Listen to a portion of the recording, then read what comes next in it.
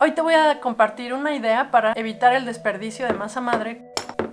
Y no se requiere nada más que una masa madre vieja que se te haya olvidado en el refri, como a mí me pasa bastante seguido. ¿Te ha pasado que te encuentras con un frasco de masa madre vieja en el refrigerador y no sabes qué hacer con ella? Hola, mi nombre es Ana, esto es Vida de Fermentos, un espacio para explorar las transformaciones de la vida a través de los fermentos.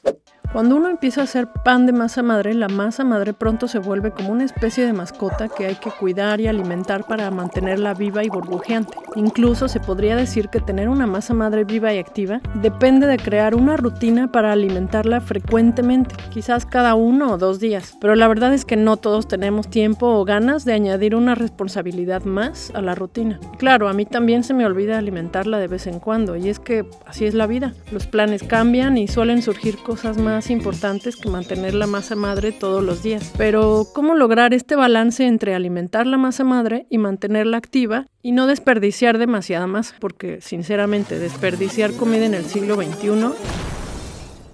Entonces, normalmente termino por guardar la masa madre en el refri y ahí se queda por semanas esperando una ocasión especial en la que me ponga creativa y me invente una forma de usarla.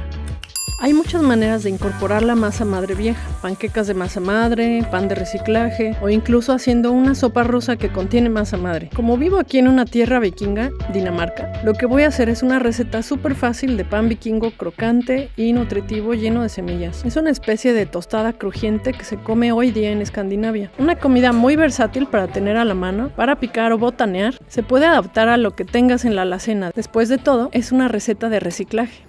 Lo mejor de todo es que una masa como esta, además de poder ser tostada, también se puede convertir en base para una tarta de calabaza como esta que hice el otro día. Al ser un alimento seco, tiene buena conservación, es económico y nutritivo. Y la versión más tradicional se solía hacer redonda, con un hoyo al centro, así se podía insertar en palos y almacenar colgado bajo el techo. ¿Te imaginas? El proceso es: prende el horno a 175 grados.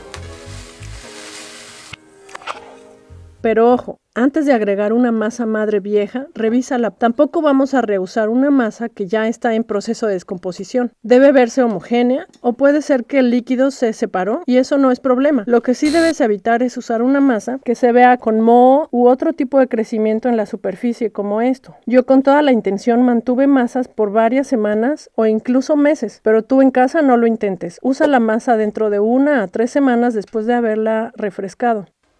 Pesa los ingredientes. Las cantidades exactas te las dejo aquí abajo en la descripción del video. Mezclar los ingredientes hasta que obtengas una masa homogénea que se pegue a los dedos. Todo depende de la humedad de tu masa madre y de la absorción de las harinas que utilices. Quizás tengas que ajustar la cantidad exacta. Lo importante es que no se desmorone y se pueda formar con un rodillo aplanándola. Pon la masa sobre la mesa entre 2 hojas de papel para hornear y aplana con un rodillo o una botella de vino hasta que quede delgada, como de unos 4 milímetros.